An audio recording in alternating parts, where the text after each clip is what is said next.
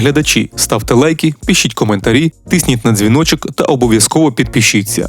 Декілька тижнів тому колишній прем'єр-міністр України Микола Азаров поскаржився на блокування свого ютуб-каналу і сторінки у Фейсбук. Свою скаргу він розмістив у себе у Твіттер. Цитата: «У мене забрали право на інформацію, а також приблизно 500 000 постійних глядачів.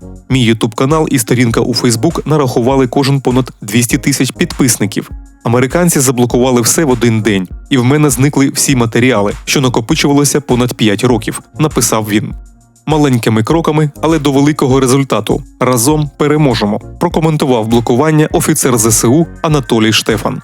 Але давайте детальніше розглянемо цю ситуацію і попробуємо розібратися, чому Ютуб заблокував канал Азарова. Точно не тому, що він чесна і порядна людина, яка має власну думку щодо політичних подій в Україні. Тим більше, якщо врахувати, що Азаров, як і його друг Віктор Янукович, втік з України і проживає на території країни-агресора. І саме з території РФ Азаров зробив свої заяви у Ютубі і Фейсбуці, всіляко ображаючи Україну, нашу владу і все українське. Пропаганда, скажете ви? А ми погодимося. Варто також нагадати, що стосовно Азарова в Україні розслідують кілька кримінальних проваджень, в основному пов'язаних із розтратою державних коштів. В Україні він перебуває в розшуку і під санкціями Ради національної безпеки і оборони України. Слідчі Державного бюро розслідувань України 24 березня цього року оголосили Азарова про підозру у державній зраді, частина 1 стаття 111 Кримінального кодексу України.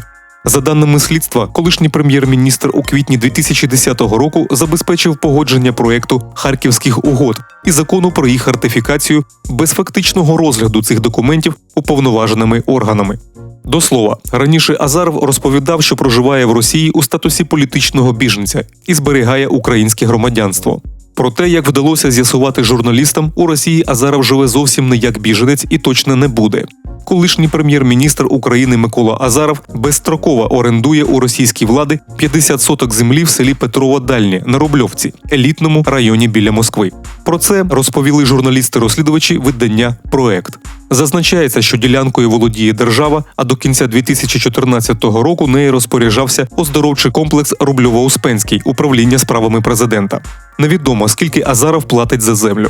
Як пишуть журналісти, у російському реєстрі вказано, що прем'єру виділили ділянку після офіційного листа від 16 червня 2015 року. Хто автор листа – не вказано.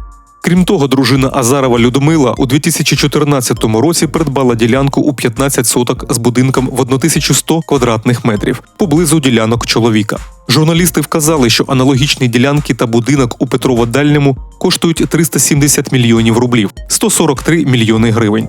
У тому ж році 99 соток у селищі Жукова, теж на Рубльовці, придбала невістка Азарова – Лілія Азарова. Зараз аналогічна ділянка з будинком продається за 1 мільярд 200 мільйонів рублів. У нас напрошується тільки одне запитання – навіщо Азарову лізти в українську політику? Навіщо робити маразматичні заяви в ефірі про російських ЗМІ? Навіщо намагатися вернутися в країну, де Азарова ненавидить кожен другий? Знову до влади? Ні, не вийде. Глядачі, ставте лайки, пишіть коментарі, тисніть на дзвіночок та обов'язково підпишіться.